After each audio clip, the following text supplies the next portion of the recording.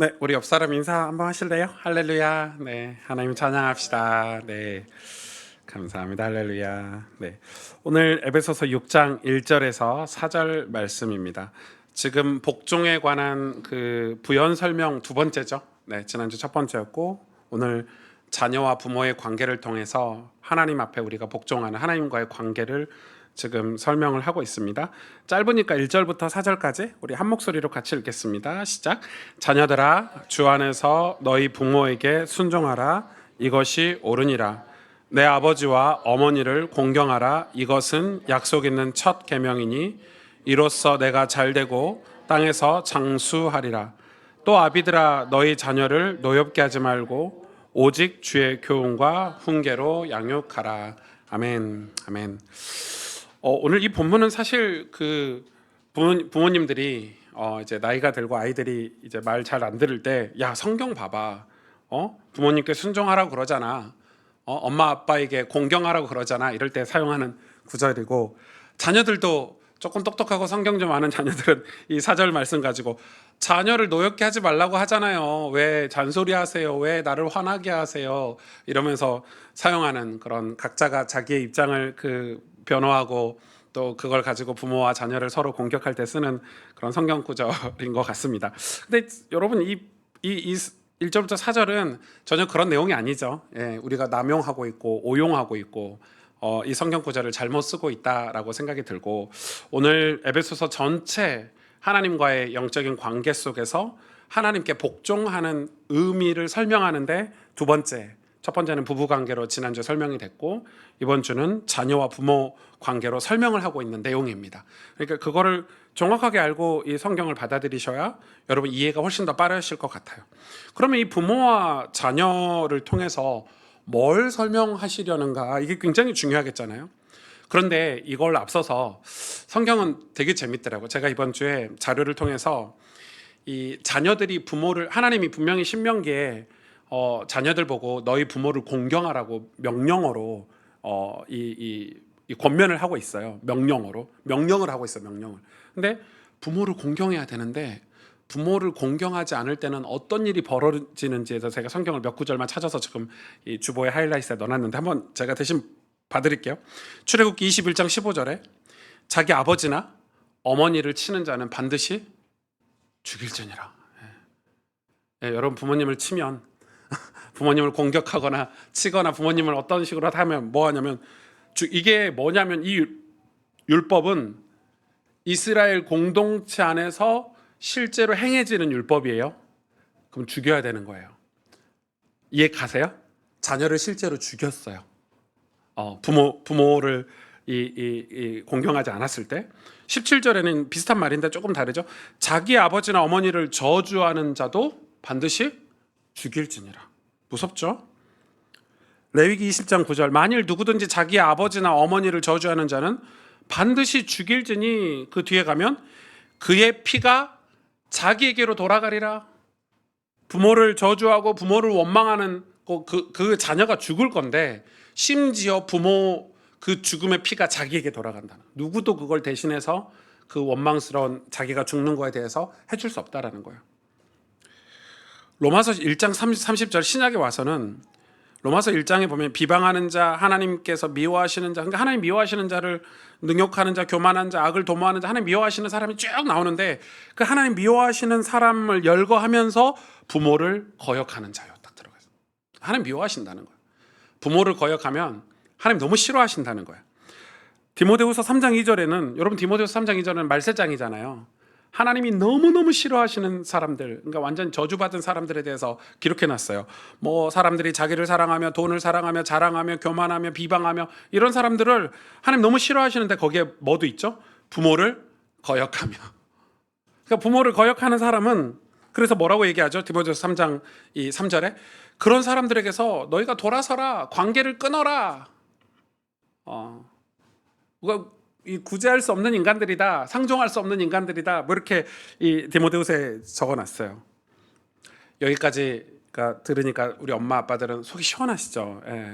속이 시원하고 자녀들이 이 설교를 꼭 들었으면 좋겠고 뭐 이런 마음이 좀 들을 수도 있어요. 그러나 이것만 있는 건 아니에요. 자녀들에게 희소식이 있는데, 오늘 그 신명기 5장 16절, 그러니까 신명기 6장을 설명하기 위해서 신명기 5장 16절 말씀에 제가 이거는 읽어드릴게요. 그냥 너는 내 하나님 여호와께서 명령한 대로 내 부모를 공경하라. 그리하면 내 하나님 여호와가 내게 준 땅에서 내 생명이 길고 복을 누리리라. 아멘. 그러니까 부모님을 공경하지 않으면 엄청난 저주가 있지만 부모님을 공경했을 때는 엄청난 복이 있다는 것을 이렇게 신명기에는 기록을 해놨어요. 제가 이 말씀이 궁금하더라고요. 부모를 공경한다는 건 어떤 의미가 있고 우리가 받을 복은 무엇이고, 오늘 이 말씀은 굉장히 많이 살펴봐야 됩니다. 이 신명기 말씀을 인용해서 오늘 에베소서 6장을 가지고 하나님과의 관계를 설명하고 있는데 정말 재미있거든요. 제가 이거를 오늘 원어도 살펴보고 히브리어도 살펴보고 이 당시에 이런 말씀을 어떻게 이 이스라엘 백성들이 이해하고 받아들였는지를 살펴보니까 살펴보면서 몇 가지 특이점을 발견했어요. 첫째는 부모님을 공경하면 누가 복을 줍니까? 부모님을 공경하면 누가 복을 줘요? 부모가 주나요? 아니죠. 하나님이 주시는 거예요. 내가 우리 부모를 공경했더니 부모가 나에게 복을 주는 게 아니고 하나님이 주시는 거네? 또 하나는 제가 자료를 다 뒤져봤는데 어떤 부모냐에 대해서 성경은 기록하고 있지 않아요. 그러니까 조건부 공경이 아니에요. 여기서는 여기 앞에 야 너희 부모가 훌륭한 부모를 공경해라 이런 훌륭이라는 단어가 없어요. 너희 아버지가 너희 부모님이 부자니까 공경해라 이런 것도 없어요. 너희 아버지 어머니가 훌륭하니까 지혜로우니까 똑똑하니까 잘 살아왔으니까 억척스럽게 살아왔으니까 공경해라 이런 게 아니에요. 그냥 부모를 공경하면, 그러면 여기에는 가난한 부모도 무지한 부모도 잘 못 산 부모도 우리에게 상처를 준 부모도 해당되는 거예요. 어떤 부모라도 공경하면 누가? 하나님이 복을 주신대요.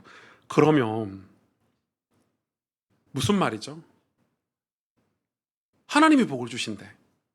지금 하나님이 보시는 거는 이걸 얘기하는 거죠. 어떤 부모든 공경할 만한 자녀의 상태를 지금 성경은 얘기하는 거예요. 이해가 되세요? 내가 어떤 부모님이든지 간에 그 부모를 공경할 수 있는 그 자녀의 상태를 얘기하는 거예요, 성경은. 그러면 하나님이 보실 때 네가 네 부모를 공경할 수 있는 상태이기 때문에 내가 너에게 복을 줄게. 지금 이런 얘기예요.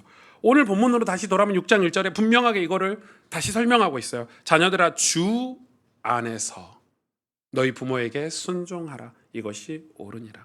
그러니까 이게 순종이 포인트가 아니고 주 안에서가 포인트인 거죠. 우리가 부모님을 공경할 만한. 여러분, 저는 저희 아버지에게 상처가 많았었거든요, 어렸을 때.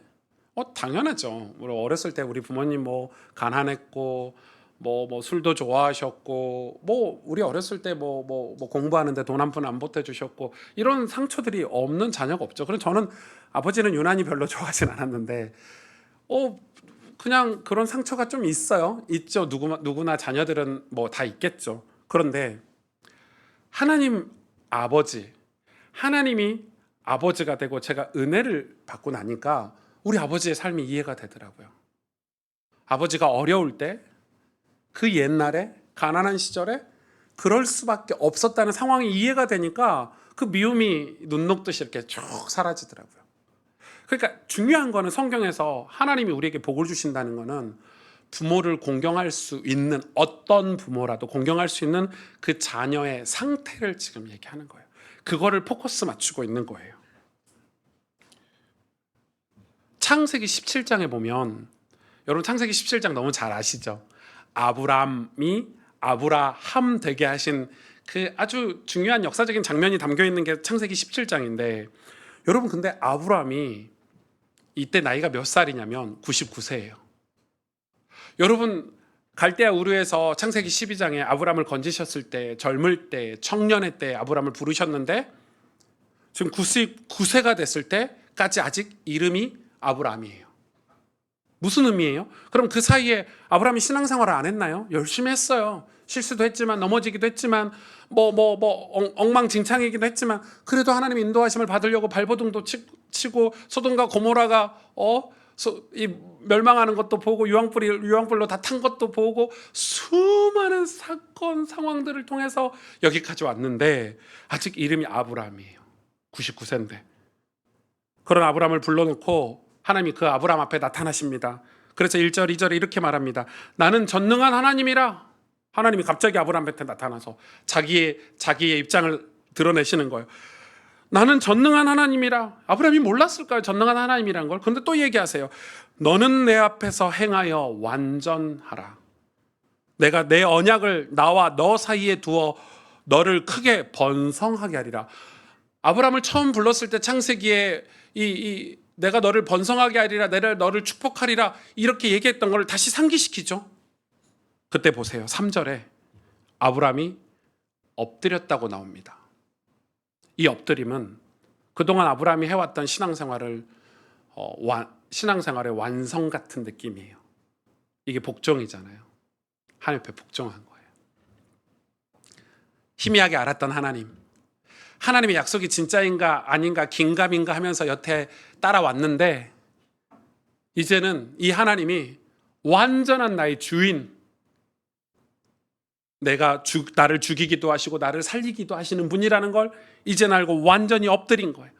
완전히 엎드렸더니 하나님이 또 반복해서 얘기하세요. 뭐라고 얘기하십니까? 보라, 내 언약이 너와 함께 있으니 너는 여러 민족의 아버지가 될지라 이렇게 얘기해요. 그리고 드디어 하나님이 아브라함이라고 이름을 바꾸어 부르시고 너는 여러 민족의 큰 아비가 될지라 라고 축복하십니다. 좀 생뚱맞지만 출애굽기로 넘어가서 출애굽기 20장 12절에 이렇게 말씀하고 계세요. 출애굽한 이스라엘 백성, 그러니까 아브라함에게 말씀하셨던 말씀이 이젠 출애굽해서 광야에서 이 노예 생활에서 벗어나서 이제 광야에서 이제 공동체를 이루어서 살아가는 이스라엘 백성에게 하나님이 이렇게 말씀하십니다. 내 부모를 공경하라. 그리하면 내 하나님 여호와가 내게 준 땅에서 내 생명이 길리라. 이 말씀을 얼마나 많이 반복해서 하고 계시는지 모릅니다. 저는 이게 되게 궁금했어요. 이 부모를 공경한다는 게 무슨 성경에서 어떤 의미가 있고 왜 이 말씀을 하나님이 이스라엘 백성에게 많이 강조하실까? 좀 생뚱맞지만 잠언 31장으로 다시 돌아가겠습니다. 잠언 31장에 엄청난 중요한 내용이 나오잖아요. 타 교단에서, 그러니까 저희 교단도 그렇고 뭐 고신 측 교회도 그렇고 뭐 합동 측 교회도 그렇고 지금 이런 이 여러 교단들에서 이 여성 사역을 하는데 많은 프로그램이 있습니다. 그 중에 이제 제 친구들에게 소개받은 여성 사역 프로그램 중에 하나가 이제 마더 와이즈라는 프로그램인데, 이제 주로 현대인 여성들에게 이 여성들이 크리스찬으로서 어떻게 살아가야 될지 그런 여성들 사역하는 그런 프로그램이거든요. 그런 프로그램들이고, 저도 저희 교회 그 마더와이즈라는 프로그램이 들어왔으면 되게 좋을 것 같아요. 거기서 지혜도 가르치고 믿음의 엄마는 어떻게 살아야 되는지, 믿음의 아내는 어떤 삶을 살아야 되는지 이거를 양육해주고 그런 교제를 할 수 있는 프로그램이 있어요. 그 마더와이즈에서 가장 많이 사용하는 성경 구절이 오늘 잠언 31장이에요. 여기에는 뭐가 나오죠? 현숙한 아내에 대해서 나옵니다. 현명하고 성숙한 아내죠. 현숙한 아내. 근데 이 현숙한 아내에 대해서 뭐라고 이 칭찬을 하고 계시냐면, 그 현숙한 아내에 대해서 뭐라고 성경이, 하나님이 그 가치를 매기고 계시냐면 이렇게 하셔요. 너희가, 남자에게 네가 현숙한 아내를 얻었느냐? 그러면 값진 진주를 얻은 것보다 나으니라 이렇게 얘기하고 있어요. 그 당시에 값진 진주는 최고 사양의, 요즘은 최고 보석이 뭐예요? 다이아몬드잖아요. 그때는 진주가 최고였어요. 그 당시에는 넘버원이 진주였거든요. 그러니까 그 값비싼 진주를 얻는 것보다 현명하고 성숙한 아내를 얻는 게 훨씬 더 가치가 있다라고 성경은 얘기해요. 그럼 그 현숙한 여인이 누구냐? 어떤 사람이 현숙한 여인이고 현숙한 여인의 가치냐라고 얘기하는 거예요. 이 현숙한 여인 때문에 남편이 악을 행하지 않고 선을 행한다는 거예요. 여러분, 아내를 하나 얻었는데 이 아내 때문에 악을 행하던 남편이 이제 악을 행하지 않고 선을 행한다는 거예요. 그리고 이 여인이 부지런하기 때문에, 현명한 아내가 부지런하기 때문에 이 가정이 공고한 자에게 손을 내민다는 거예요. 그러니까 이 가난한 가정이 현숙한 여인 한 명 때문에 부유하게 되고, 그냥 부유한 게 아니라 가난한 자들에게 손을 내밀 수 있는 축복을 나눠줄 수 있는 가정이 된다는 거예요. 그 정도가 아니고 그의 자식들은, 그 현숙한 아내의 자식들은 일어나서 감사하게 되고, 일어나서 감사하다는 건 뭐예요? 아침에 눈 뜨면 감사하다는 거예요, 자녀들이. 그리고 그의 남편은 칭찬하는 자가 된다고 이렇게 기록했어요. 얼마나, 여러분, 이 아내 한 사람이 또 현명하고 성숙하면 온 가족이 다 바뀐다는 거예요. 온 가족이 바뀐다는 거예요. 아이들은 감사하게 되고 남편은 어떻게 돼요? 칭찬하게 된다는 거예요. 참 놀랍죠. 여러분, 이거는 하나님이 성경을 통해 분명하게 말씀하시는 내용이에요. 어떤 부모라도 공경할 정도로 그런 자녀가 되라고 하셨어요. 여기서 현숙한 여인은 교회를 상징하지만은 결과적으로 그런 자녀는 하나님을 온전히 공경하는 자녀예요. 여러분, 우리가 어떻게 현숙한 아내가 될 수 있고, 우리가 어떻게 열국의 아브람 같은 사람이 될 수 있고, 우리가 어떻게 출애굽기에 그런 말씀을 가진 사람이 될 수 있을까요? 그런 자녀가 됐을 때, 그런 크리스찬이 됐을 때, 하나님을 공경하고 하나님을 예배하고 그런 크리스찬이 됐을 때 우리는 아브라함처럼 믿음의 아버지도 될 수 있고, 부모님을 공경하는 아주 믿음이 좋은 자녀가 될 수도 있고, 현숙한 엄마도 될 수 있다라고 성경은 가르치고 있는 거예요, 입체적으로. 여러분, 굉장히 중요하죠. 그러니까 여러분, 우리 자신이 신앙생활로 인해 온전히 변화되면 우리의 인격이 변화되고 우리의 성품이 바뀌고 우리의 삶의 모양이 바뀌면 우리는 부모를 좋아하는, 공경하는 좋은 자녀도 될 수 있고, 여러분 그렇잖아요. 우리는 자녀이기도 하고 또 부모이기도 하잖아요. 남편이기도 하고 아내이기도 하잖아요. 열국의 믿음의 아비가 될 수도 있고, 현명하고 성숙한 지혜로운 아내가 될 수도 있다라는 것이 오늘 말씀이에요. 그러면서 오늘 본문 마지막 절에는 자녀를 노엽게 하지 말라고 기록하고 있어요.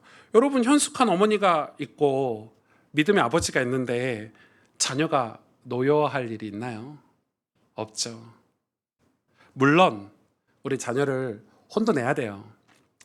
저는 저희 아이가 다른 걸로는 뭐 이렇게 혼을 잘 내진 않는데 뭐 거짓말을 하거나 속이거나 아니면 남의 물건을 훔치거나 이러면 정말 뒤지게 팔 것 같아요. 예. 경찰서에도 데려가고 엄청나게 혼을 내서. 근데 여러분, 그렇게 우리가 이렇게 아이를 혼내는 것은 아이를 노엽게 하지 않으니까 오냐오냐 키워야 돼, 그 말이 절대 아니죠. 예. 엄마가 현명하고 아버지가 믿음의 아버지가 된다면 자녀는 감사하게 될 거예요. 지금 그 이야기를 성경에서 하고 있어요. 그러면서 이 오늘 본문 말씀, 성경의 수많은 이 부모와 자녀에 관한 비유의 말씀이 핵심적으로 들어있는 게 신명기 6장 1절에서 9절 말씀이에요. 이건 제가 읽어드릴게요. 이는 곧 너희의 하나님 여호와께서 너희에게 가르치라고 명하신 명령과 규례와 법도라. 너희가 건너가서 차지할 땅에서 행할 것이니 곧 너와 내 아들과 내 손자들이 평생에 내 하나님 여호와를 경외하며 내가 너희에게 명한 그 모든 규례와 명령을 지키게 하기 위한 것이며 또 내 나를 장구하게 하기 위한 것이라. 장구는 오랫동안 건강하게 사는 걸 얘기하죠. 이스라엘아, 듣고 삼가 그것을 행하라. 그리하면 내가 복을 받고 내 조상들의 하나님 여호와께서 내게 허락하심 같이 젖과 꿀이 흐르는 땅에서 내가 크게 번성하리라. 이렇게 축복하고 계십니다. 아멘.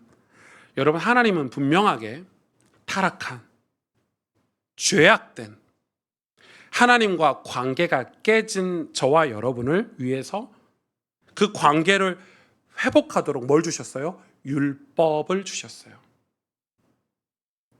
신명기 말씀은 하나님과 관계를 회복하도록 주신 말씀이에요. 그 관계를 회복하는 것이 어떤 가치가 있고 어떤 의미가 있는지 하나님은 가정을 통해서, 민족 이스라엘이라는 그런 공동체를 통해서, 또 성경의 수많은 믿음의 사람들을 통해서 여태까지 가르쳐 오신 거예요. 그리고 독생자 예수 그리스도를 보내셔서 예수 그리스도 안에서 아버지 하나님과의 관계를 회복하도록 완전한 은혜를 베푸셨는데, 그 은혜를 우리가 복음이라고 하는 거예요. 하나님 아버지와의 관계를 회복하기 위해서 예수 그리스도의 복음을 주신 거예요. 그러니까 예수 그리스도의 복음이나 율법이나 같은 역할이에요. 목적은 하나님이 우리의 아버지가 되시고 그분과의 관계가 회복하도록 주신 거예요. 이 관계가 얼마나 중요한지, 이 영적인 관계가 얼마나 중요한지, 이 관계를 회복하기만 하면 내가 이런 복을 주겠다고 하나님이 계속해서 약속하신 거예요. 성경에서 언약이라는, 커버넌트라는 단어는 이 하나님이 말씀하신 그 말씀만 가지고 언약이라고 하지 않아요. 구약의 언약은 이스라엘 공동체를 형성하는데 하나님이 명령을 하셨어요. 이 약속을 너희가 지키면 이렇게 해줄게가 포함된 걸 언약이라고 해요. 이해가 되세요? 우리는 언약 이러면 그냥 하나님 말씀을 다 언약이라고 그러는데, 그냥 하나님 말씀을 다 언약이라고 하지 않아요. 한빈아, 이번에 한빈이가 수학시험 보면서 80점 이상 맞으면 아빠가 로봇 하나 사줄게. 이게 언약이에요. 그래서 한빈이가 열심히 공부해서 80점 넘기면 아빠는 반드시 로봇을 사줘야 돼요. 그게 포함된 게 언약이에요. 근데 야, 80점 맞아라. 안 맞으면 뒤진다. 죽는다. 죄송합니다. 뒤진다는 표현을 써서. 죽는다. 안 맞아라. 아무 보상도 없고 그 뒤에 대한 아무런 약속도 없고 이런 거는 언약이라고 하지 않아요. 언약은 반드시 하나님이 우리에게 중요한 걸 던지셨을 때 그거에 대한 보상을 포함한 걸 언약이라고 해요. 엄청 중요하죠. 그래서 우리가 이 믿음의 사람들이 전부 언약을 붙잡는다 표현을 하는 거예요. 약속하셨기 때문에 하나님이. 그러면 이 하나님과의 영적인 관계를 회복했을 때 하나님 주신 축복을 보세요. 첫째는 내가 있는 곳에서 복을 주시겠대요. 저는 이 영적인 세계나 내세, 천국 이런 걸 되게 강조하는 목사잖아요. 그런데 성경은 분명하게 우리가 밟고 있는 이 땅에서 복을 주시겠다고 약속하셨어요. 우리가 살고 있는 땅에서 우리의 인생 중에 하나님은 복을 주시겠다고 분명히 약속하셨어요. 우리를 죽이기도 하시고 살리기도 하시고 복의 근원 되신 하나님께서 우리가 살고 있는 이 땅에서 장수도 주시고 건강도 주시고 실제적인 축복도 주시겠다고 성경은 분명히 약속하셨어요. 그러나 두 번째는 적과 꿀이 흐르는 땅. 너희 조상이 거기서 받은, 여러분 이스라엘의 조상이 적과 꿀이 흐르는 땅 가나안을 갔나요? 가지 않았는데 이미 받았다고 성경 표현하고 있거든요. 이 적과 꿀이 흐르는 땅은 뭘 상징하죠? 예수 그리스도가 오실 땅, 메시아가 오는 땅을 상징해요. 그러니까 독생자 예수 그리스도를 보내주셔서 예수 그리스도 안에서 아버지 하나님과의 관계를 회복하는 그 구원이라는 은혜를 우리에게 주시겠다. 그걸 너희가 받을 수 있다. 그 축복을 얘기하는 거예요. 즉 예수 그리스도를 믿는 믿음을 주시겠대요. 하나님과의 관계가 회복됐을 때 그 구원받는 믿음을 우리에게 선물로 주시겠다는 거예요. 그게 우리가 받을 진정한 복 아닌가요? 믿음이라는 게. 그러면 우리는 왜 이런 복을 받지 못하고 있을까? 전 성경을 읽으면서 늘 나도 이런 복 받고 싶다, 이런 복 받고 싶다. 근데 저는 왜 이런 복을 받고 있지 못할까? 그거는 아버지 하나님과의 영적인 관계가 온전히 회복되지 않아서 그래요. 우리는 하나님하고 관계가 온전하다고 생각하고 신앙생활 하는데 성경적인 기준으로는 하나님과의 관계가 온전히 회복되지 못했기 때문에 그러는 거예요.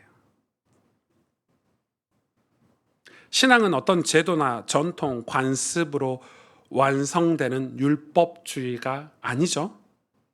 바리새인들은 이 신명기 말씀을 철저하게 육신적으로, 조직적으로만 해석을 했어요. 그리고 그거를 그대로 율법대로 살았어요. 그래서 율법주의자들이 된 거예요. 율법대로 살아서 뭐 어느 정도 복도 받았겠고 체계적인 이 공동체를 운영하는 조직도 세웠지만 유대인들이, 그렇지만 한 가지 착각한 게 있었어요. 율법을 지켜서 복을 받는 게 아니에요. 그 율법이 목적이 돼서는 안 돼요. 그런데 그 율법이 목적이 돼버렸어요. 그게 문제인 거예요. 제 아이들에게 한빈이에게 한빈아 너 이번에 80점만 넘으면 수아 아빠가 장난감 사줄게 됐는데 이제 부모가 이 한빈이가 80점 넘어서 장난감 얻는 게 목적이 돼버리면 안 되잖아요. 그게 목적이 아니잖아요. 80점 넘는 게 목적이 아니잖아요. 그 과정 공부하고 또 공부를 해서 훌륭한 사람이 되는 게 부모의 마음은 더 큰 데 있는데 한빈이는 80점만 넘으면 난 장난감 받을 수 있어서 장난감에 포커스를 두면은 그건 부모의 마음을 잘못 헤아린 거죠. 그런 것처럼 이 바리새인들은 이 율법 자체를 중요하게 생각해 버린 거예요. 그런데 하나님의 뜻은, 하나님의 섭리는 율법이 도구가 되어 회개하고 우리가 죄인임을 깨닫고 아버지를 하나님으로 모시고 하나님께 도움을 구하며 사는 하나님과 관계가 회복되는 은혜의 삶이 목적이었던 거죠.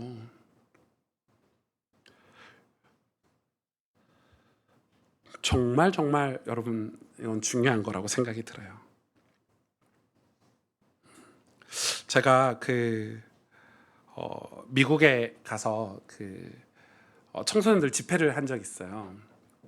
이제 지역의 청소년들이 다 모였고 제가 한 3강의 정도 이렇게 집회를 한 적이 있는데 저는 이제 보통 집회만 하면 말씀만 하고 가진 않고 제가 뒤에 기도회도 인도하고 같이 찬양도 하고 이렇게 해요. 왜냐하면 기회가 많지 않잖아요. 아이들이 그렇게 뜨겁게 기도해보고 인격적으로 하나님을 만날 기회를 제공해주고 싶어서 설교만 하고 나오지 않고 그런 시간을 갖는데 첫날 강의가 끝나고 제가 장로님 목사님들하고 인사드리려고 잠깐 인사하고 왔더니 제 성경책에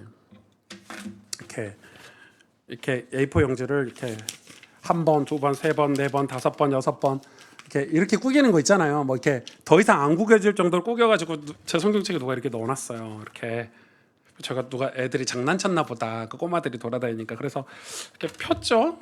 그래도 뭔 내용인지 보려고 이렇게 폈는데 그냥 A4 용지 백지예요. 내용이 없네.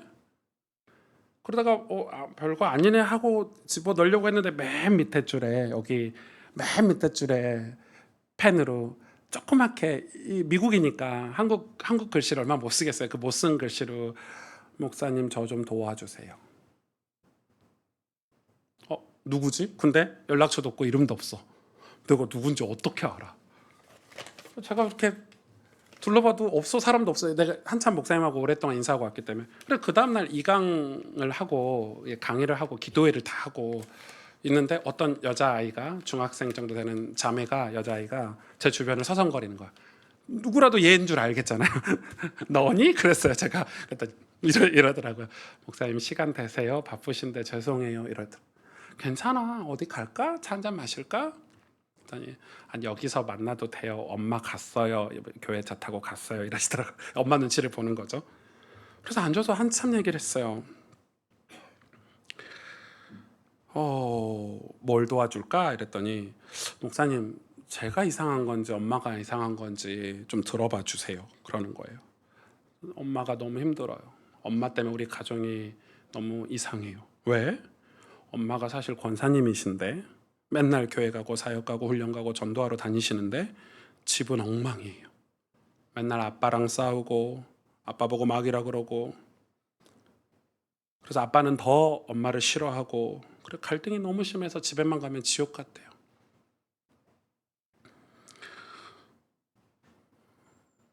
그런 엄마가 저는 이제 엄마 편을 주로 들잖아요. 그런 상담을 하면 엄마가 이유가 있을 거야. 그래도 어머니가 널 사랑하는데 지금 힘든 상황일 거야. 이렇게 얘기했지만 결정적으로 이야기를 하더라고요. 그러던 엄마께서 갑자기 어떤 메시지를 듣고 오셨는지 저보고 엘리트가 돼야 된대요. 그래서 너 성적이 좋아야 된다. 좋은 대학 가야 된다. 갑자기 저에게 관심도 없던 엄마가 그래서 갑자기 막 안 해주시던 디저트를 간식을 해주시고 막 치킨도 구워주시고 과일도 깎고 오시고 시험 기간에 엄마가 갑자기 천사가 됐어요. 막 격려해주고 우리 딸 화이팅 이러고 막 엄마가 다른 사람이 돼서 자기는 엄마가 진짜 변화됐나 보다. 하나님이 엄마에게 뭔가 작업하셨나 보다 이렇게 생각을 했더래요. 그런데 정작 그렇게 시험 공부를 기분 좋게 신나게 했는데 시험을 보고 이제 시험 기간에 시험을 보고 집에 왔는데 엄마가 이렇게 이야기를 하더래요. 보통 엄마들은, 목사님, 보통 엄마들은 그러지 않아요? 시험 보고 왔으면 아유 우리 딸 수고했어, 시험 본다고 고생했지, 이게 정상인데 엄마는 몇 점 맞았어?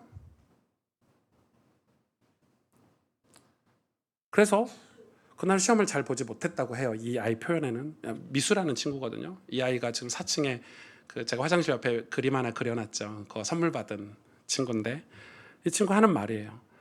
그래도 최선을 다했지만 성적이 갑자기 오르진 않으니까 좋은 점수를 받지 못했는데 엄마와 이놈의 가시나 너 때문에 이제 교회에서 얼굴 창피해서 얼굴 들수 다니겠냐? 얼굴 들고 다니겠냐? 교회를 내가 가겠냐? 그 아이가 저한테 그랬는데 엄마가 이렇게 말했다고. 제가 청소년 사역의 터닝 포인트가 된 사건이었거든요. 그 사건 아직도 잊지를 못해요. 아주 너무너무 선명하고 충격돼서 제가 마지막 3강 설교를 다 바꿨거든요. 그 아이하고 만나고 나서. 저는 그 어머니의 신앙이 정말 아버지 하나님과의 관계가 건강한 신앙일까요, 여러분?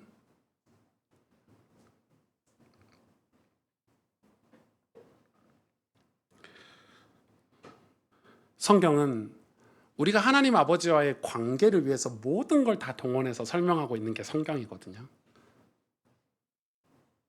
모든 걸 다 동원해서. 예수님도 그 중에 전 하나라고 생각이 들어요. 예수님이 우리에게 왜 오셨죠? 하나님 아버지와의 관계가 회복되기 위해서. 여러분, 우리가 하나님을 찬송하잖아요. 여러분, 찬송하려면 내 영이, 내 마음이 좋아야 찬송할 수 있어요. 내 마음이 기분 나쁘면 찬송이 안 나와요. 그래서 우리가 하나님을 찬송하는 상태는, 우리의 마음 상태는, 우리의 영적인 상태는 최고조여야 돼요. 그래서 하나님을 찬송하면서 사는 게 인간이 받을 수 있는 최고의 축복이에요, 사실은. 그래서 아버지 하나님과의 관계가 회복되면 우리가 기도하고 있는, 우리가 근심 걱정하고 있는 우리 일상의 모든 문제들이 다 해결이 되는 거예요. 마치 이런 것과 같아요. 이 아이가 엄마와의 관계가 회복되고 부부가 서로의 관계가 회복돼서 화목하면 그 집에 문제가 있을 게 뭐가 있어요? 아이를 노엽게 할 게 뭐가 있겠어요? 부모하고 자녀가 화목하고 아빠하고 아들이, 아빠하고 딸이, 엄마하고 아들이, 엄마하고 딸이 사이가 좋으면 거기에 무슨, 그 가정에 무슨 가난하다고 문제가 되겠어요? 집이 조금 부유하다고 문제가 되겠어요? 문제는 관계가 다 어그러져 있는 거예요. 그런데 성경은 지금 뭔 얘기를 하고 있어? 그걸 비유로 해서 하나님과의 관계가 지금 다 어그러져 있잖아요, 우리가. 그렇기 때문에 여러분 힘들고 어려운 거예요. 제가 욥기를 금요일마다 다루고 있는데 지난주 금요일 밤에 욥이 하나님께 이런 기도를 해요. 하나님이 나를 창조하셨고 나에게 복을 주셨는데 다시 나에게 이렇게 고통을 주신, 고난을 주신, 내 아이들을 데려가시고 내 아내를 데려가시고 나에게 이런 질병을 주신 이유가 무엇입니까? 욥의 친구들은 전통을 가지고 어떤 제도를 가지고 네가 뭔가 죄를 지어서 그래 라고 이야기했지만 욥은 그게 아니었어요. 그러니까 욥은 지금 재산을 잃어버리고 건강을 잃어버린 게 중요한 게 아니라 하나님과의 관계가 깨질까 봐 두려운 거예요. 그리고 하나님과의 관계를 가지고 있기 때문에 하나님이 나를 이렇게 하신 이유가 너무 궁금했던 거예요. 그래서 하나님을 욥은 온전히 믿었어요. 자기의 생사화복을 주관하신 하나님을 믿었기 때문에 이 현상, 이 사건, 이 문제가 아니라 아버지 하나님, 내가 섬기는 아버지 하나님의 뜻이 무엇인지 중요했던 사람이기 때문에 욥은 하나님께 나아가서 그런 기도를 한 거예요. 왜 그렇죠? 아버지 하나님만이 완전하신 우리 아버지 하나님이시고 아버지만이 현숙하시고 아버지만이 온전한 지혜를 가지신 참된 신이시기 때문에. 그래서 여러분, 신앙이라는 것은, 신앙생활이라는 것은 그 아버지 하나님과의 관계를 도전하는 거예요. 그런데 지금 이 시대는 그걸 못하게 해요. 왜요? 이 시대는 굉장히 풍요로운 시대예요. 풍요롭지만 결핍이 가장 많은 시대이기도 해요. 역설적으로. 가장 우울하고 불안하고 화가 많고 짜증이 많은 시대예요. 근데 그 불안, 화, 짜증, 이런 결핍들을 뭘로 또 채우라고 세상은 메시지를 하죠? 그 풍요로움으로 채우라고. 그 풍요로운 것 때문에 결핍한데, 그 풍요로운 것 때문에 우울하고 화가 나고 짜증이 나는데, 그 풍요로운 걸로 채우라고 메시지를 계속해요. 우상이죠. 그게 다 우상. 그렇기 때문에 그런 삶이, 그런 리사이클이 계속되기 때문에 아버지 하나님과의 관계를, 그 자체를 만들지 못하는 거예요. 제가 청소년 사역하면서, 모르겠어요. 제가 목회하면서는 잘 모르겠는데, 청소년 사역하면서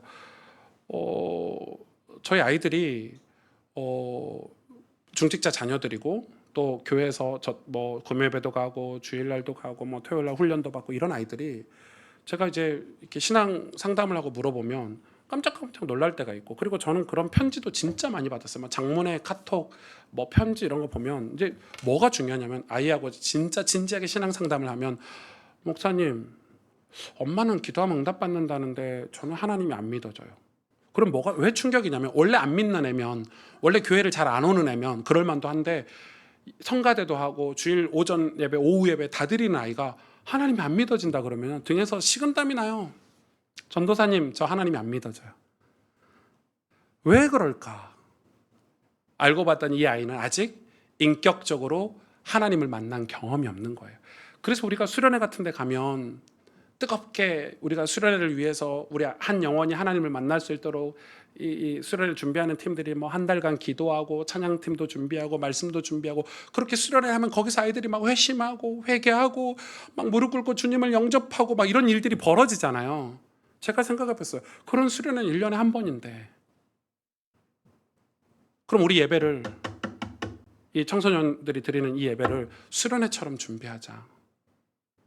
그래서 우리 교사들하고 그렇게 한 거예요. 찬양도 수련회처럼 준비하고, 나도 말씀도 수련회처럼 준비하고. 왜 수련회 때는 뜨겁게 주의 복음을 전하면서 주일날에는 몸이 건조하게 대충 설교하고 나가고 그냥 대충 공과 공부하고 이렇게 하냐? 아이들이 하나님을 인격적으로 만날 공간이 없는 거예요. 공간이.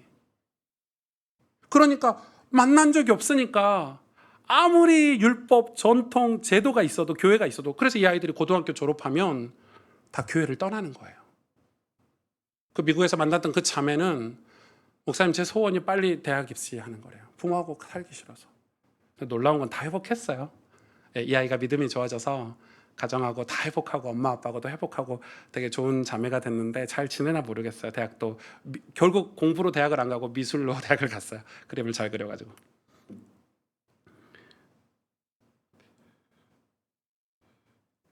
저와 여러분은 지금 하나님과의 관계를 회복하기 위해서 도전해야 돼요.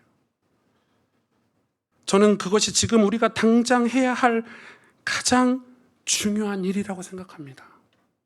물론 우리가 중요한 일이 많죠. 세상에서 미래를 준비해야 되고, 공부도 해야 되고, 사업도 해야 되고, 이런저런, 교회도 이런 행정도 해야 되고 저런 행정도 해야 되고. 맞아요. 다 맞는 말 같고 다 맞는 말이에요. 저도 그렇게 노력을 하고 있어요. 그런데 우리가 속지 않아야 되고, 우리가 이 신앙의 우선순위를 빼앗기지 않아야 되는데, 그게 무엇이냐면 하나님이 내 아버지가 되신 거고, 그 아버지와의 관계라는 거예요. 그 관계가 회복됐을 때 하나님 복을 주신다니까요. 다 해결이 되는 거예요. 다 해결이 되는 거예요. 이게 그냥 복이 아니고, 여러분 신명기를 읽어보시고 레위기를 읽어보시고 출애굽기를 읽어보시고 성경을, 구약 성경을, 신약 성경을 다 읽어보십시오. 다 무슨 얘기하고 있습니까? 아버지 하나님과의 관계를 얘기하고 있습니다. 아버지 하나님이 아브라함을 인도하셨듯이, 아버지 하나님이 욥을 인도하셨듯이, 아버지 하나님이 그 현숙한 여인, 잠언에 나와 있는 현숙한 여인을 인도하셨듯이, 아버지 하나님이 믿음의 사람을 인도하셨듯이 저와 여러분을, 우리 교회를 정말 인도하시기를. 우리의 그래서 신앙의 도전은, 여러분 신앙의 도전은 여러분 예배 때마다 여러분 삶 속에서 내가 왜 이 신앙생활을 어떤 도전을 두고 해야 되냐 했을 때 아버지, 그 아버지가 나의 아버지가 되고 하나님이 나의 하나님이 되고, 그래서 아브라함처럼 드디어 엎드려서 하나님, 내가 너와 나 사이에 세운 언약을 내가 너에게 반드시 이루어 줄게. 너는 복의 근원이 될지라. 넌 열국의 아비가 될지라. 여러분 이런 축복을 받는 저 여러분 되시기를 주의 이름으로 축복합니다. 함께 기도하겠습니다.